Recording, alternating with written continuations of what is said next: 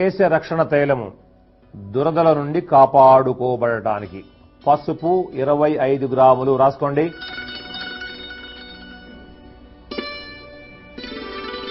తర్వాత మాను పసుపు, ఇది కూడా 25 గ్రాములు. ఇందులో కాస్త నీళ్లు పోసి మీరు కలంలో నూరండి. లేదంటే ఎన్నెన్ని మార్గాలు మన ఇళ్లల్లో, మన కళ్ల ముందు, మన చేతుల్లో ఉన్నాయి. అలా వేసిన తర్వాత ఇందులో ఏం చేసాం, 25, 50 గ్రాములు వేసాం. ఇందులో 50 గ్రాముల నువ్వుల నూనె చూడండి. 100 గ్రాములైనా కలుపుకోవచ్చు, ఎందుకంటే ఇది పొడి కాబట్టి. పచ్చి రసాలైతే సమానం కలుపుకోవచ్చు, పొడులకు రెట్టింపు కలుపుకోవాలి. 100 గ్రాములు రాసుకోండి తైలం. చక్కగా ఇలా తయారు చేసుకుని దీనిని పొయ్యి మీద పెట్టి వెలిగించండి.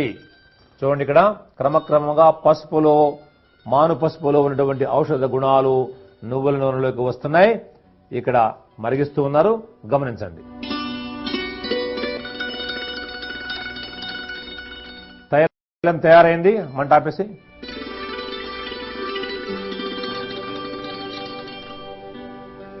చూడండి,